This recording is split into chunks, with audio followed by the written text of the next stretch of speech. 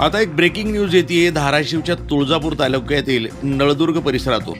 येथील बाबळगावजवळ असलेल्या महामार्गावरील पुलावरून दुचाकी स्वार पाण्यात पडल्यानं तिघांचा मृत्यू झाल्याचं समोर येते.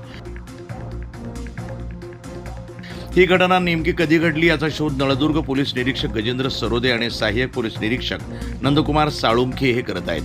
पण या पुलावरील आवश्यक संरक्षक भिंत, रेडियम, दिशादर्शक फलक आदी आवश्यक बाबी नसल्यानं वाहनचालकांची नेहमीच तारांबळ होते आणि या दुर्दैवी अपघाताला केवळ राष्ट्रीय महामार्ग प्राधिकरण विभाग हा जबाबदार असल्याचं नागरिकांतून व्यक्त होत आहे. दुचाकीवरून सोलापूरहून मुरुमला जात असताना पुरुष आणि 2 महिला यावर होत्या.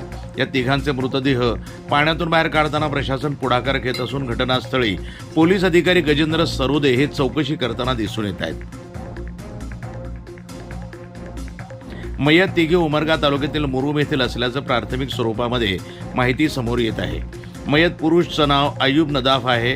अत्यंत दुर्दैवी असा अपघात असून नागरिकांत हळहळ तथा राष्ट्रीय महामार्ग प्राधिकरणबाबत तीव्र प्रतिक्रिया उमटत आहेत. NTV news Marathi, Dharashiv.